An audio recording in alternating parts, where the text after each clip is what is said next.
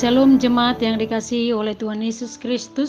Sebelum kita mendengarkan firman Tuhan yang menjadi renungan harian, kita berdoa. Bapa yang baik yang bertata dalam kerajaan sorga, kami bersyukur atas segala anugerah dan kasih setiamu bagi kami. Kiranya semua kasih setiamu boleh menjadi kekuatan bagi kami dalam dunia ini untuk menghadapi banyak hal yang terjadi dalam hidup kami. Kami mau mendengarkan Engkau bersabda. Kiranya Tuhan berfirman lewat Roh Kudus-Mu yang menguatkan kami. Dalam nama Yesus kami berdoa. Amin. Firman Tuhan yang menjadi renungan harian bagi kita pada hari ini, yaitu yang tertulis di dalam Yohanes 1 ayat 29b. Demikian dikatakan, "Lihatlah anak domba Allah yang menghapus dosa dunia." Demikian dikatakan. Siapakah Yesus bagi kita? Pertanyaan ini mungkin menggelitik kita. Kenapa?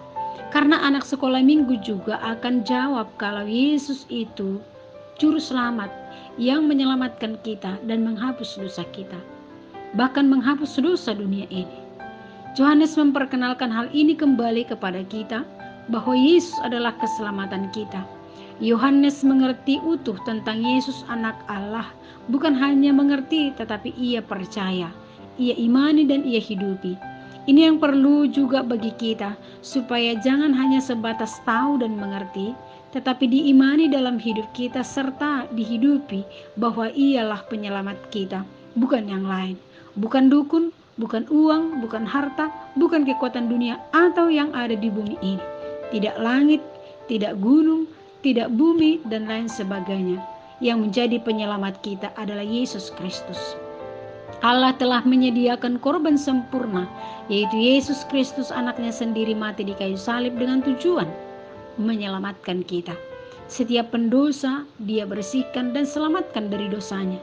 Semua dosa dibayar lunas dan dibayar, disucikan, dibersihkan oleh darah Yesus. Dari firman Tuhan ini perlu kita tahu beberapa hal, bahwa Yesus adalah anak domba Allah. Ia adalah sang korban agung sehingga kita didamaikan dengan Allah. Yang dulunya setiap penghapusan dosa kita harus memberi korban, kini digantikan oleh Yesus sendiri. Dia memberi diri untuk mengorbankan dirinya sekali untuk semua dosa-dosa kita dan untuk semua dosa-dosa dunia. Yesus bukan hanya menghapus dosa kita, tetapi juga menghapus dosa dunia.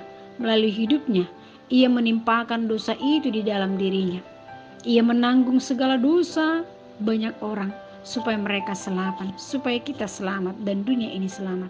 Ia mengasihi kita dengan memberi dirinya, menahankan segala derita di kayu salib supaya kita tidak menerimanya. Ini semua dipahami dan bahkan Yohanes kenal sekali dengan siapa Yesus Kristus. Bahkan ia mengatakan Yesus membaptis dengan Roh Kudus, kalau ia membaptis dengan air. Dengan memahami lebih bahwasanya Yesus lebih dibanding dirinya, maka ia semakin percaya dalam hidupnya bahwasanya Yesus adalah penebus hidupnya. Dia semakin tahu bersikap kepada Yesus Kristus. Dia semakin sadar akan dirinya bahwasanya dia tidak apa-apa dibanding Yesus Kristus. Dia lebih menghormati Yesus. Jemaat yang dikasihi oleh Yesus Kristus, ketika kita memahami dan menghidupi siapa Yesus Kristus dalam hidup kita, bahwasanya ia adalah menghapus dosa kita dan juga dosa dunia, maka kita akan semakin merendahkan hati kita di hadapan Allah. Kita akan semakin berserah kepadanya, bahwasanya kita adalah hidup oleh karena keselamatan dari Yesus Kristus. Maka kita akan semakin bersikap dan berbuat sesuai dengan kehendak Tuhan dan sesuai dengan firman Tuhan. Allah lebih besar dari kita, bukan kita yang lebih besar dari Allah. Maka setiap perbuatan dan sikap kita harus mengagungkan dan membesarkan nama Tuhan di dalam setiap kehidupan kita.